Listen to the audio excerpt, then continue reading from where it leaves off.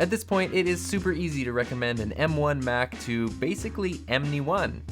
But now there are more options than ever before, so let's see if the M1 Max makes sense as your next Mac. This is my 14-inch M1 Max MacBook Pro, which I've had for about 5 weeks now. It's been my main computer in that time. I've done a lot of projects on it, a lot of work on it, and so now I feel like I can give a full review on it if you're searching for a new computer and you're wondering if this might be right for you. So just to spoil a few things, I'm not a computer channel, so I don't normally review computers. However, in this case, these M1 computers are so impactful to a video production, a streaming, a podcasting workflow that I think it's really important to talk about them. And the spoiler is, this computer's awesome. I love it. And if you need one, you won't regret it. If it's within your budget, like don't go into debt or anything, but there's my review, it's great.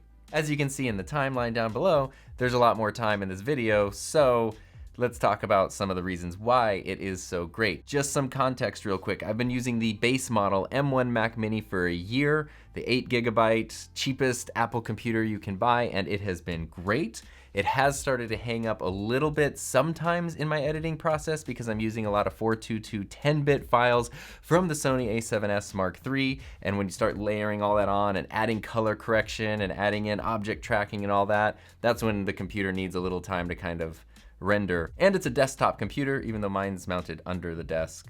Still a desktop computer, which means I can't go anywhere with it. It's kind of stuck in here. Having portable power was really important to me. Prior to this computer, I did have the 16-inch i9 Intel MacBook Pro, and I thought that was a great computer and it worked really well, but the M1 chip just sort of turned everything on its head. The Mac Mini works way better than the 16-inch Intel did, even though it cost a fraction of the price. So when it came time to look into getting a new MacBook, there were a couple things I knew. The 16-inch was just too big for me. The screen is gorgeous and awesome, but the form factor is just like a little too big for me personally. It doesn't fit in bags the way that I want it to. It's not as portable as I want it to. The 14-inch is basically perfect. If you are coming from one of the pre-Touch Bar MacBooks, like a 13-inch MacBook Pro, it's basically the exact same size. Instead of getting the base model, I thought I would upgrade a few things and get one that would really suit my workflow. So this is not the base model, it's not the fully maxed out one, but it is an M1 Max. So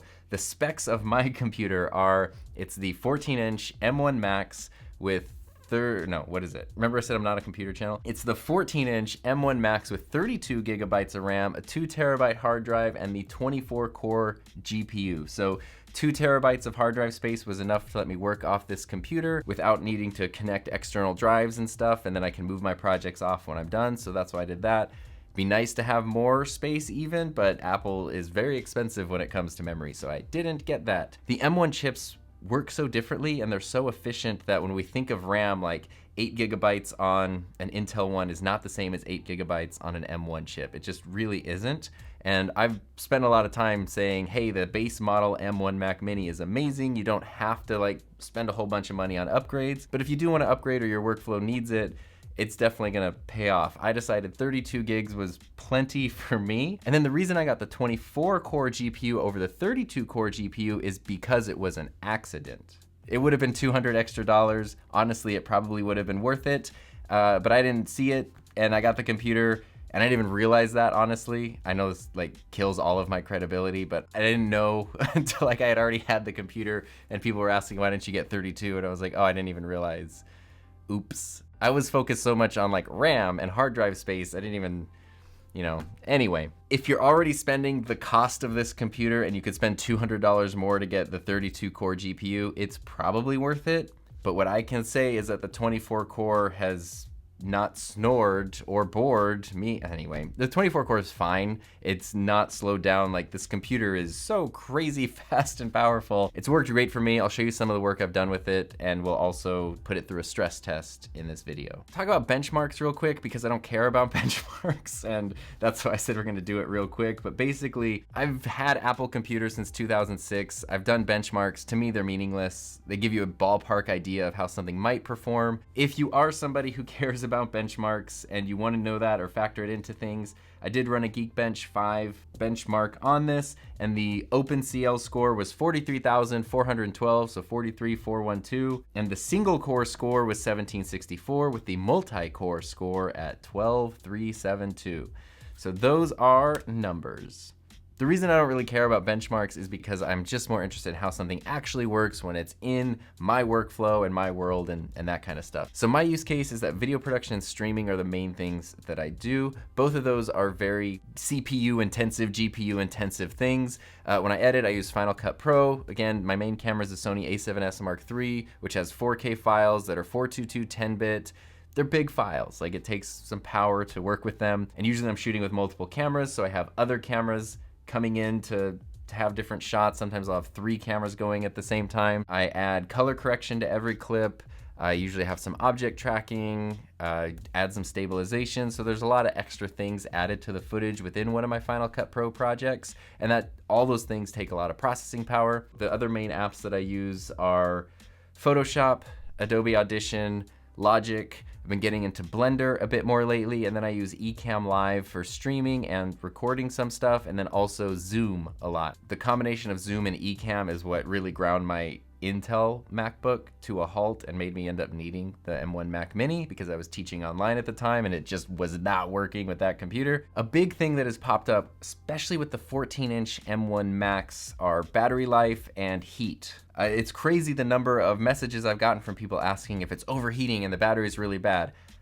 No, none of those things. I think that is just sensationalism that a lot of people have been putting out to probably get clicks on videos and things, but it is fine. The battery life on this is way better than the 16-inch Intel MacBook was, but I don't think it's as good as the original M1 MacBooks because even though I haven't used one of those, what I've heard is that the battery life is like phenomenal. You basically forget you have to charge those things. This is not run out of battery for me. It's not drained really fast. I think if I'm doing full-on wireless Final Cut editing, not plugged into power, I can get at least 4 hours of like solid editing in on this. As far as heat, there's not much. It's been sitting here pretty idle, and its idle temperature is 82.9 degrees Fahrenheit, which is 28.3 degrees Celsius. Basically, the middle of the keyboard here is right where the M1 chip is, and so when the computer does get warm, that's where it starts to get the warmest. It never gets to the point where it's like too hot to use or anything. You just sometimes like, hey, the computer's kind of warm. But it usually cools down as soon as it's done doing whatever process is making it warm. As I'm sure you've heard, the MagSafe connector is back, and it works great. I love it. Here's my 2013 MacBook. They are different MagSafes, so you can't swap old ones to new ones or anything. This one, the old computer, if I pull it straight out, you know, it comes out pretty easily, and if you pull it out at an angle, it disconnects basically like right away.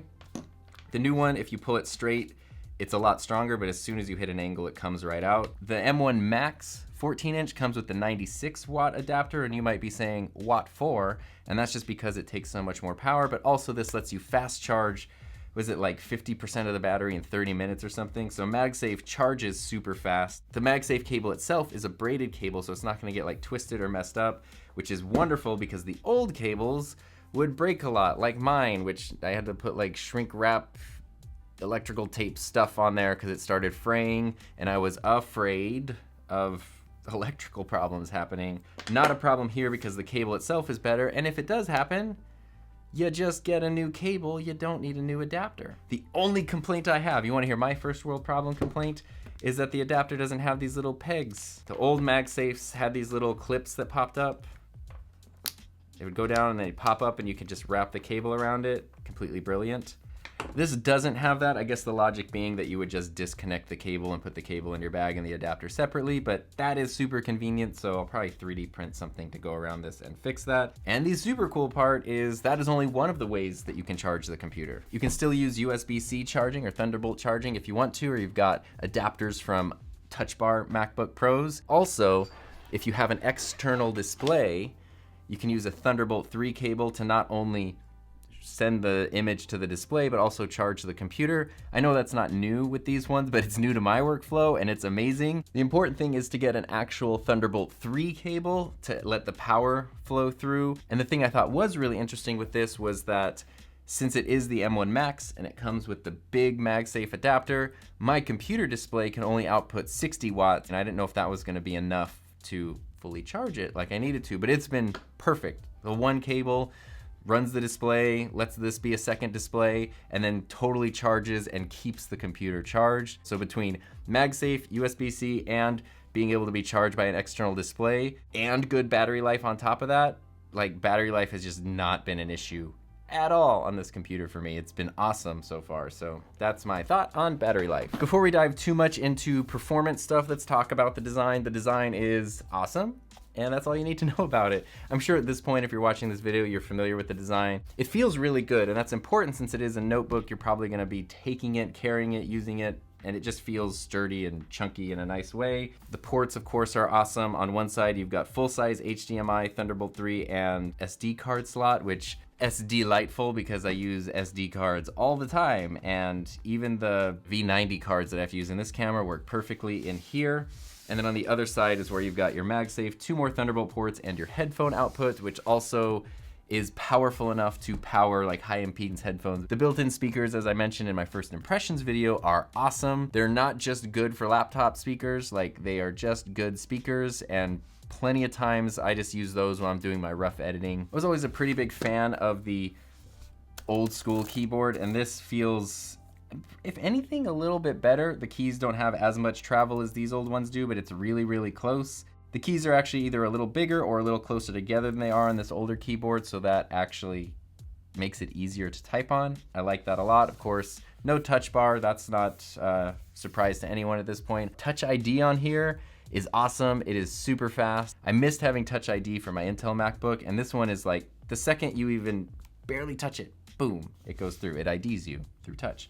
There's also this function key over here, which has a little globe on it. I think you can customize it and program it, but straight out of the box, it opens up the emoji menu, which I basically use as punctuation at this point, despite my English degree crying in the corner over that. Something to bring up too, only time will tell on this. It might be sort of hard to show from this angle, so I'll have to do a close-up, but there are like marks on the screen that have worn through the protective coating over the year, and it's from the keys themselves. I guess when the computer is closed, especially if you press down in the middle and it's in a bag or something, over many years of that happening, you start to get little marks in the protective coating of the display. Even though it's hard to tell, this keyboard is slightly like more recessed, which means when you close the computer, there should be more space, and then this computer is also a bit more firm.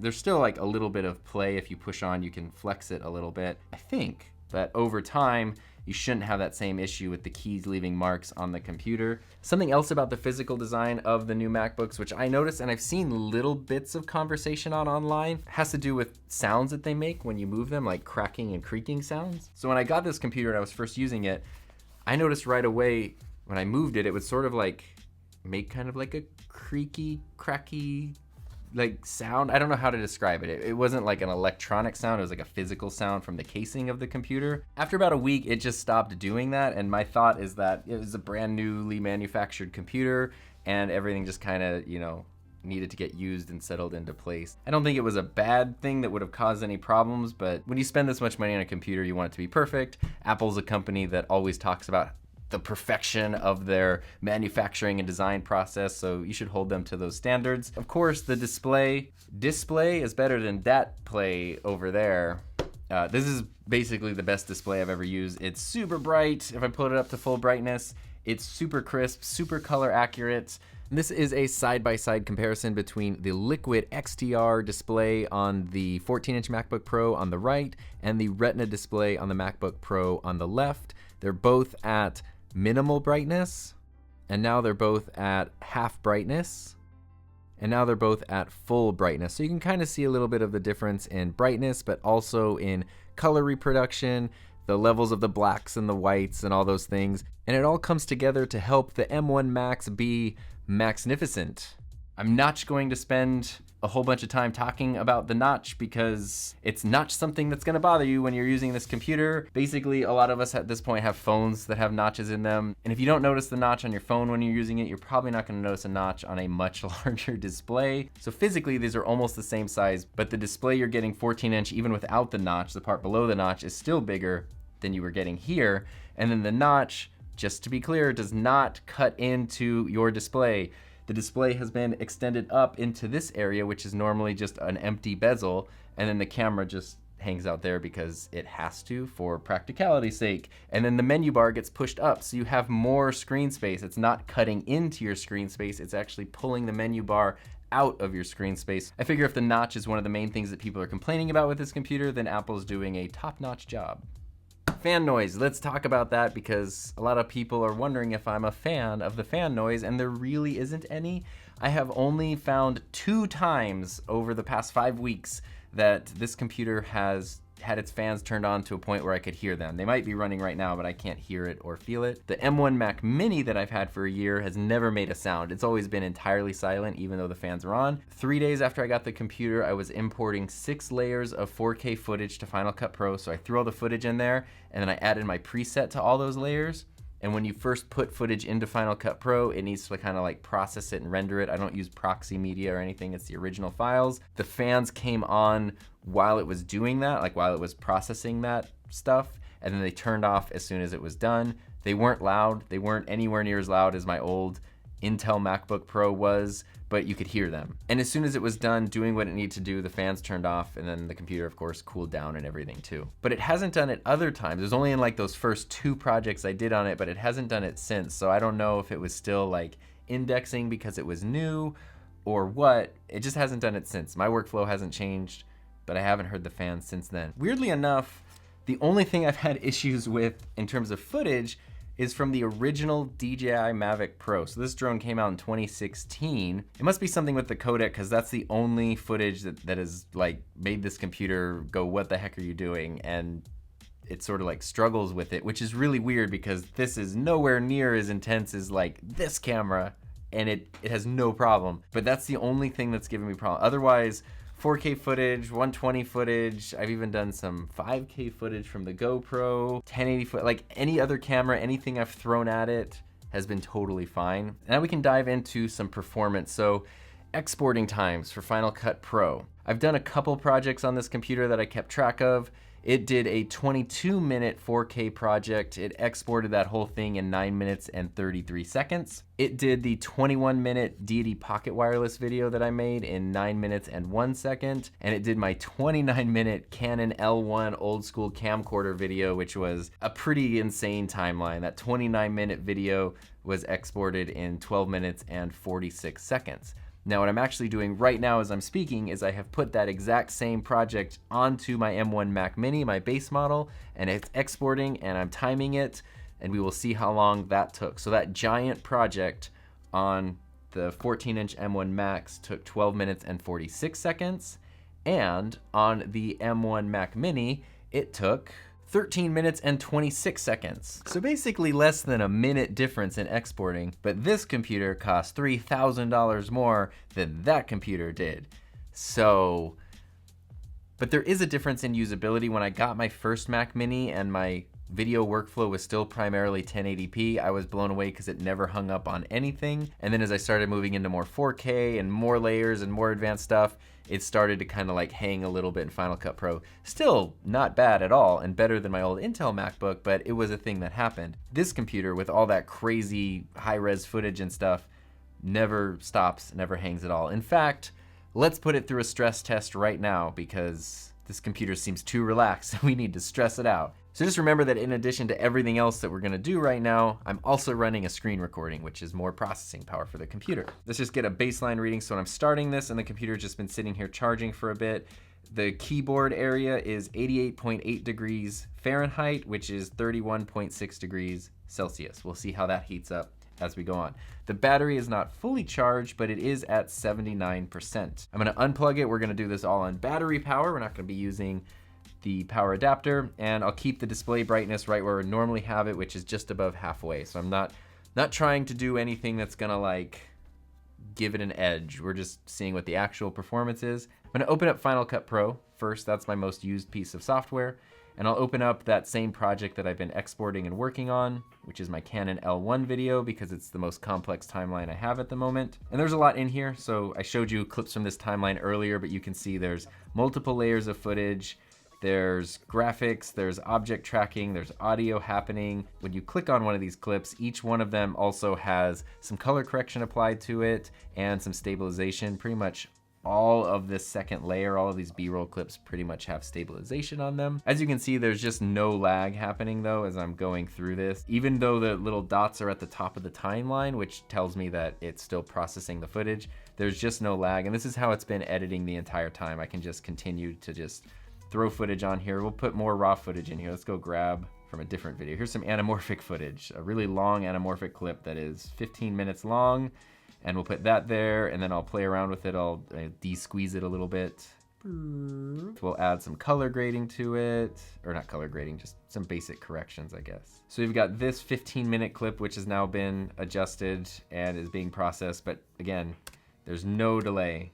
Basically, as soon as I press the spacebar to play it back, it plays back and it's super smooth. Final Cut is working great. So we're gonna let Final Cut hang out over here for a bit, and then we're gonna open up Photoshop.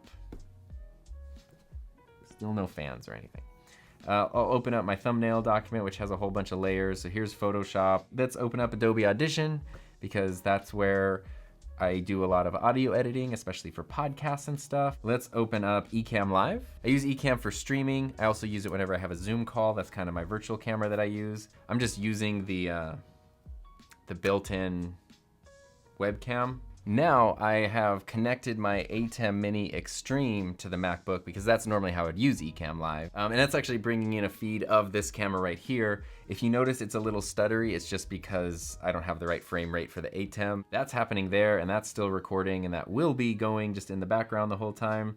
What else could we open up? Let's open up Zoom. So I've got a Zoom meeting going with just myself in it. It's just me. What's up? Feel a little bit of warmth happening on the computer, but there's no fan noise. The temperature has gone up. Now it's 99.5 degrees Fahrenheit, 37.5 degrees Celsius.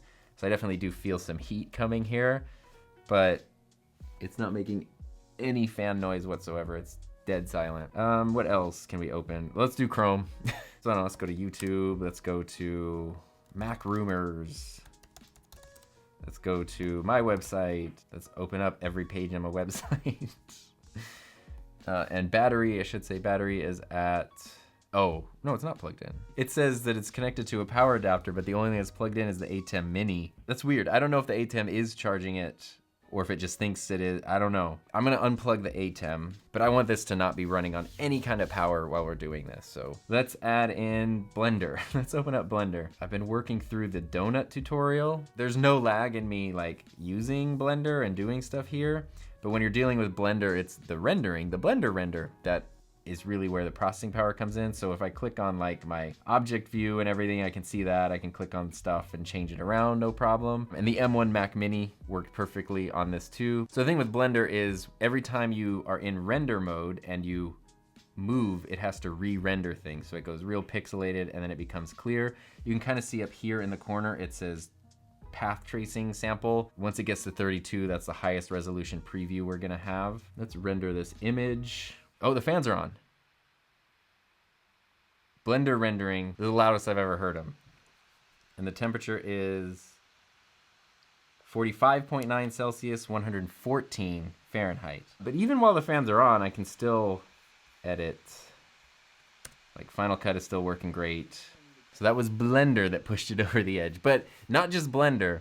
Blender on top of everything else I was doing. When we're done with this, let's open up just Blender and see if it does it. Oh, you hear the fans shutting down. They're getting quieter and quieter, and they're turning off. So when the fans do come on, that's only the third time I've ever heard them. That was by far the loudest I've ever heard them. They only turn on as long as they need to be on, and then they turn off right away. This is now a 44-minute video with all kinds of cuts and clips and things in it. So I'm exporting that. Final Cut is exporting in the background. Photoshop is photoshopping.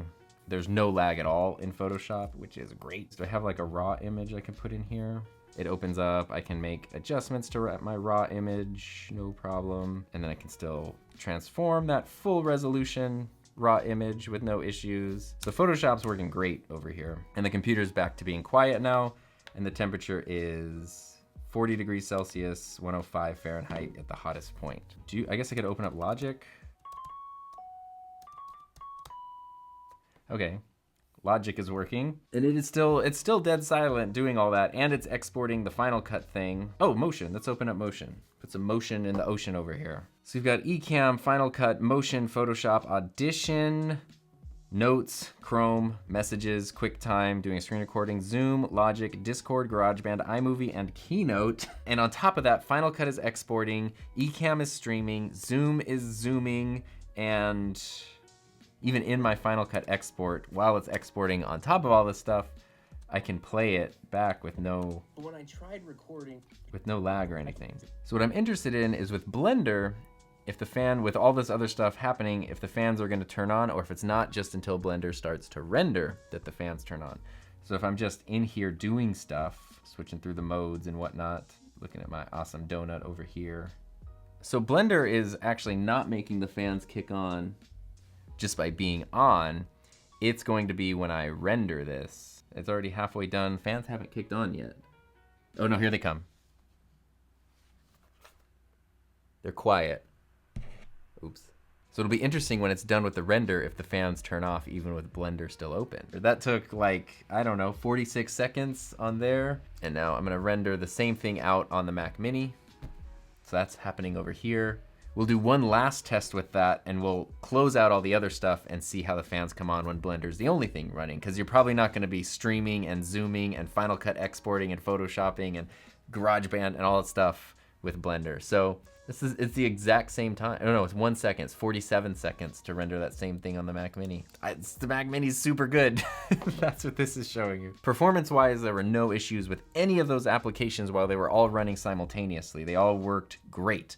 The only thing was the fans came on when Blender was rendering. And now we only have Blender open, and we'll do a render again. Maybe it'll go faster too, because nothing else is happening. Oh, that's actually kind of significant.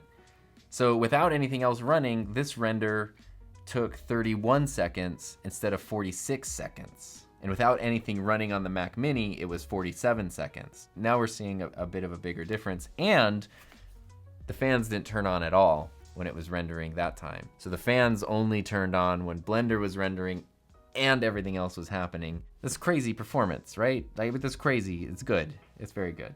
So now that we're done, all of those tests took exactly 30 minutes.